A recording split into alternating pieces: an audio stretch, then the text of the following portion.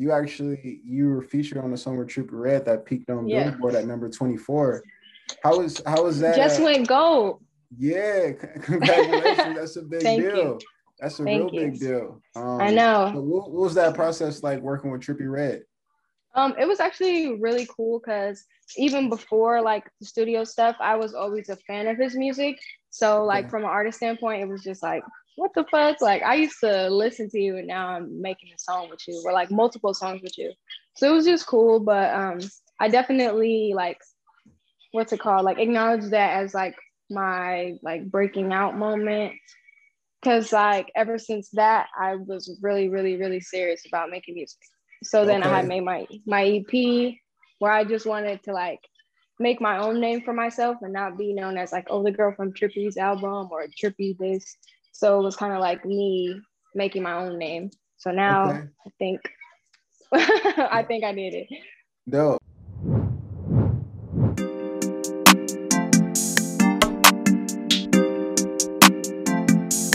Leo Black. Yo, Emani, Hey, what's okay, good? wait. Hi. How I you look doing? super pale. Hold on. Let me tap this. I'm doing good. Awesome, awesome. Well, I'm glad you tapped in right now to the Leo Black Show. If you don't know yet, the Leo Black Show is a platform to help artists share their stories. So I want to give you the platform from the beginning to what's happening now, the latest in your career, how it's been going, what was your journey like? Right. So I started like with music and everything. When I was in high school, I used to like choreograph like a dance class for like 3 years. Oh, dope. And just like I was always involved in like drama classes and like choir and stuff. So I just always was doing something that was like musically inclined. But Yeah. I didn't start like pursuing my music career until like I was in college. And I was just like, why am I here when I don't want to do this? Like, I don't, Right. I don't want to do this. I don't care about this. I don't want to have a conventional job. Like, what am I doing basically? And Right. then I just, I had went to like a party and Yeah. I met this guy and you know, it's like an LA scene. He's talking about, I'm a manager. I'm a manager. I'm like, okay, like, all right, who isn't, right? Right. But then he like was like, just give me your contact. Like, I'm gonna hit you up. Like, I'm dead ass. Like, let me hear what you sound like, basically. So I was like, Yeah. okay, sure. I've never made a song at this point. I used to just write all the time. So I meet him or whatever, and I like sang to him or whatever, and he liked it. And like the same week, he had like a show set up for me and all type of shit. Like he just put mad faith in me. So I was Oh, like, all damn. right. So then from there, like we started recording and everything and going to the studio and making music. And then I just met some other people like through some friends and stuff like that. Like I used to do like videos and stuff like a model. Yeah. So I had met like people through that. And then I ended up being with my old production label, which is called Hitway Recordings. I used to be with Okay. them and I just like started getting more professional.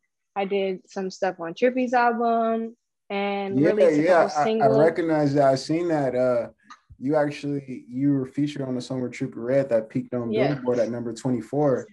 How was that? Just went gold. Yeah, congratulations. That's a big Thank you. deal. That's a real Thank you. big deal. I So know. what was that process like working with Trippie Red? It was actually really cool because even before like the studio stuff, I was always a fan of his music. So like Okay. from an artist standpoint, it was just like, what the fuck? Like I used to listen to you and now I'm making a song with you or like multiple songs with you. So it was just cool. But I definitely like what's it called? Like acknowledge that as like my like breaking out moment. Cause like ever since that, I was really, really, really serious about making music. So then I had Okay. made my EP where I just wanted to like make my own name for myself and not be known as like, oh, the girl from Trippie's album or Trippie this. So it was kind of like me making my own name. So now Okay. I think I think I did it. Dope. What was the recording process like? I mean, were you a part of the whole mixtape, Love Letter to You? Um, How was for that? the most part, I was there for a lot of the songs like being recorded and everything. So Okay. it's always cool. Like I like being in the studio with other artists and just like learning techniques from them about how to record, or like, especially when I first met everybody, I was getting my feet wet. So it was like important for me to like see how people like find themselves so I could find myself. Right. So yeah, it was definitely cool though. The energy was always good. It was always like good creative energy flowing. Everyone was having fun. Like it was never really too much pressure on me or him or anybody. It was just like, let's make a song and drink.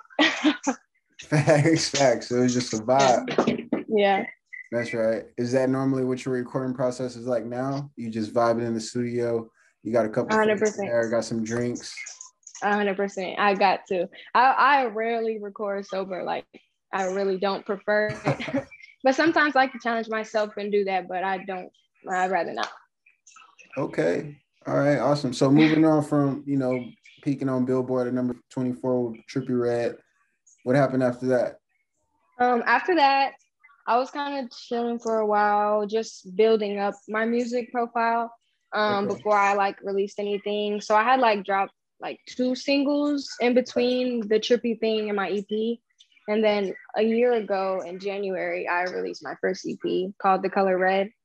Okay. And it's like has like 7 songs, and it was just like a very emotional album for me, or EP for me. So now it's like the next level of my life, next thing. I'm working on an album right now. So it's just about like how much I've evolved over the last like couple of years. Okay, let's talk about that EP, The Color Red. Where'd the name come from? Where'd the title come from? So I named it The Color Red because not trippy, if that's what you're thinking. I'm not thinking trippy at all. I know you got your own, thing going. Because red is like a color that represents a lot of emotions. I think like when you think of red, you might picture like a heart, or like you picture like angry, passionate, just like feelings that are very intense. So most of the time when I write, it's like I write how I'm feeling in the moment. So a lot of the songs came from either like feelings of love or feelings of anger, or just like really passionate like feelings I was having. So I just wanted to name it like Color Red to like signify just like my mood for the album. All right. And what other artists or producers did you work with on that EP? If it was writers or composers? Yeah. I wrote the EP by myself except for one song. I wrote with a songwriter artist named One in the Forest. I wrote the song Feelings with him. But other than that, it was just like me, and I used to work at there's like a studio and like a platform in LA called R&Bass, if you heard of it. Yeah, my boy actually, he runs that R&Bass. We met a while back. So I used to go over there like all the time and just work with him. He was very generous with me and just let me go in there and work and like find myself and like play around. Sorry, my dog is crazy. Just like find myself and play around. And he made like every beat except for like 2 of them like on spot. So we was just in the studio like all night type shit. Damn, that's lit. Yeah. Okay. And moving on from The Color Red, you say you're working on your album. Is the first single off your album Close? Because I heard Close. That's a banger. I like that. I like that. Thank you. For sure. It's not. I might put it on my album just because, but for now, I don't even have any idea what's going on album. Me and my team were like, let's just make like 50 songs, and then we just all gonna go through it and figure out what we care about the most and like disperse things like that. But I will say that I do have a single that's going to come out very, very, very soon, because I've been starving my fans and they cuss me out about it every day. So I'm not trying to get on nobody's bad side anymore. I'm going to cooperate. Yeah. And one thing I definitely noticed is you got your own lane. And it's a whole lane within inside that too. Like it's once I got into it, of course, there's algorithms and there's other artists that you're, side by side with in that lane.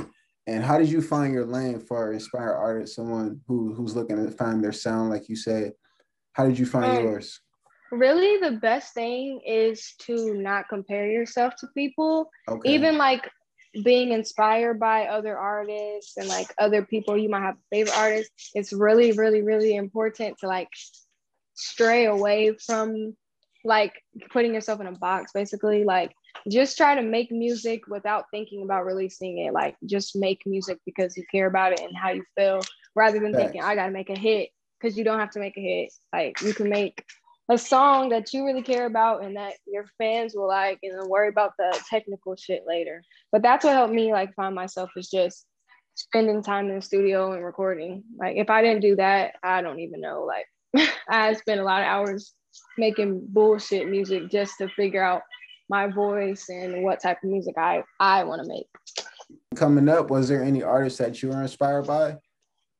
Definitely. My dad and my mom and everybody in my family, they're like super into music.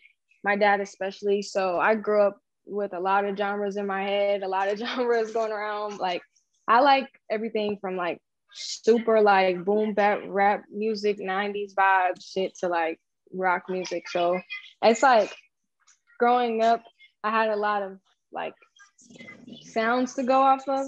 I think that's what helped me like find a unique sound. But yeah, like I like Wu-Tang Clan, Kendrick Lamar. Shout out I like Paramore. I like SZA a lot, Young Thug. You know, hey, shout out just my slime. Thugger. 100%, 100. But yeah, like people like that, just like people who I can tell are like genuinely in tune with their art. Okay. And you've been, what genre would you consider yourself in? Every time I get asked this, I don't know what to say, but right now, I guess I would call it like a modern day R&B, because I don't think it's like it's not very real to like the 90s type or like the R&B that we're used to, like the soul passionate. It's not exactly like a neo soul. It's kind of just like a trappy R&B sound. Right. But right now I'm experimenting, so it's not gonna be that forever. You guys are gonna get a rock album. You guys are gonna get a rap album, all type of shit. Yeah, I mean, I definitely get those 90s vibes, early 2000s. I get that Aaliyah vibe, to be honest. Yeah. You know, I get that sometimes. And I get it. I get where people come from with that one, for sure. Were you inspired by Aaliyah at one point in time? Are you still inspired by Aaliyah? Yeah, for sure. She definitely paved her own way in music, and to still be credited for everything she does today, and people's style, the swag of everything, the music. I completely she deserves all the recognition that she gets. Facts. That's dope. So what do you think the current state of R&B is right now? I think right now it can kind of get like oversaturated. I think it's because like with social media and like SoundCloud and stuff, it's like so quick to put out music. Like you could just put out anything to where like our ears just hear like whatever. Basically, it's not really filtered out. So I think a lot of it is just kind of repetitive, but not in a bad way. I just don't want to put myself in the same box. Facts. And starting back from the beginning, can we talk about, you know, the city you came from? Where were you born? Where were you raised? You know, what inspired, you know, your upbringing, and how'd you come up? I was born in Lancaster, California. Okay. So it's like an hour off of LA. Yeah, but it's so different than growing up in LA. Like people always be like, "Oh, so you're from LA?" Like, no, it's different. Like I can't explain it. Like the vibe is completely different. So yeah, I'm from there. It's like a little suburb. But I don't know. Like growing up, it was always just about like I always wanted to be different or like try to be different. So like everything was just like finding myself through different ways, like writing or like just practicing with my singing or dancing, studying movies, studying clothes and stuff like that. Just like really getting in touch with everything and myself. So like childhood was more just like, I don't know, like going through different phases. Like, I don't know how to explain it. Like normal kids. Yeah. I mean, and of course you could have moved to LA and, you know, pursued dancing, because that's like a whole lane within itself too. You know, you got some big dancers out there too. So I never wanted to do that. Like I definitely will like start incorporating dancing with like my music videos and stuff like that. But I Okay. just never want to be known as a dancer. Like it was like Yeah. a funny thing. Like when I was in high school, I was on a dance team, and I Yeah. literally quit the dance team after like two like performances because I was like, wait, I don't want to be known as like the dancer girl. Like that's not me. Like I don't want to do that. Like that's not me. So Yeah. I had So if literally quit. Go ahead. you quit in what? Just started cutting up, doing whatever in school. I mean, I graduated high school with good grades. I went to college for a couple years, like a couple semesters, and I was just like, I'm cool off it. But I was just smart when I went to college because I knew it wasn't what I wanted to do. So I was just taking classes that was like that made sense for me. Like I took like an art history class because I really love painting, like drawing and stuff, and I learned a lot. I Yeah. learned a lot about like Renaissance art and stuff. I love it. So it just inspires me with like my music and my visuals or things Yeah. like that. I feel that. Hey, I can't help but ask, what kind of dog you got? Because it is Yeah, crying he's over here out crying. right now. I have Can a we see pit. your dog? He's like fake stuck under the couch right now. He's not even Uh, stuck. He just wants me to get him. I'm But I'll about to show give you. him his 15 seconds of fame right All right. now. Okay, let's see. Rex. This is him. Big chilling. What's his name? His name is Rex. Rex. Dog. Yeah. What kind of dog is He that? A pit? yeah, he's a pit weenie. Okay. What's a pit Yeah. weenie? I haven't heard of a pit He's weenie. like a wiener dog and a pit bull mixed together. Oh, that's rare. Yeah, and he has one blue eye and he's like a marrow coat, so he's different as hell. That's dope. That's dope. Hey, That's so him. what's your favorite animal? A bear. Bear? 100%. Why a Yeah. bear? Well, they're cute. And I like how they're like so cute and cuddly and soft, but they're like really intimidating and they'll like scratch your whole face off. Like that. I feel like that's me. We're talking like a grizzly bear, a polar bear, black All bear, kinds of bears. Teddy, teddy teddy bears. bear, grizzly bear, polar bear. Rex, let me help him real quick. 5 minutes, 5 seconds. All right, cool. Rex, come here, baby. Sorry, I'm a dog mom. Come on, baby. He's acting crazy. Come on. Okay. He should be all right. For sure. All right, and what month were you born? I was born in December, so I'm a December, Capricorn. Capricorn. Okay. Do you Yeah. believe in like zodiac signs? Do you follow your zodiac sign? 100%. And that's why Okay. I think sometimes it's funny, like when people compare me to Aaliyah, because she was also a Capricorn. So I think Okay. I'm just radiating that Capricorn energy. Yeah, it's that energy, definitely. What signs are you compatible with, Capricorn? I believe my like sister sign is like a Cancer Okay. and like Virgo. I think Virgo. Okay. He's kicking shit. Yeah, That's it. Virgo and Cancer for sure. All right. All right. Cool.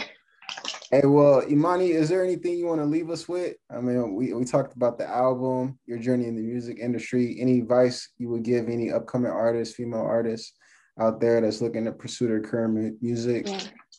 Same advice I always give every time I ever get this question is be yourself and niggas gonna fuck with you because we don't Facts. want to see the same person over and over and over again. And people are gonna like you way more when you're genuine. Facts. Yeah, real shit only. Fuck the fake shit. That's big facts. Is there anybody we can look forward to hearing on that new album? Anybody that you're working with currently? It's a secret. It's a secret. We can't break no news right now on the Leo Black Show. Come on, The we only got one I'll tell my fans is Candy Paint will definitely be on the album. lit. All right, we're looking forward to hearing that. For Thank those who are just now finding out who Emani is, you want to leave them with some social links. They can check you Yes. out. So you can follow me on Instagram at Alone Brain. So it's like alone but without the A, and then brain like in your head. Dope. Like I'm a beat in your head. Like that. And Thanks. then I don't really share my Twitter and stuff. So Instagram. And go watch my YouTube videos, listen to my music. It's on all platforms. And just go run it up for me real quick. Hey, you heard her. Run that shit up. Emani, it was so nice talking with you. Thank you for sharing your story. Thank you for tuning Thank into you the for Leo having Black me. Show. Hey, look forward to seeing you soon and following your career, most definitely. Yes. All right, talk soon.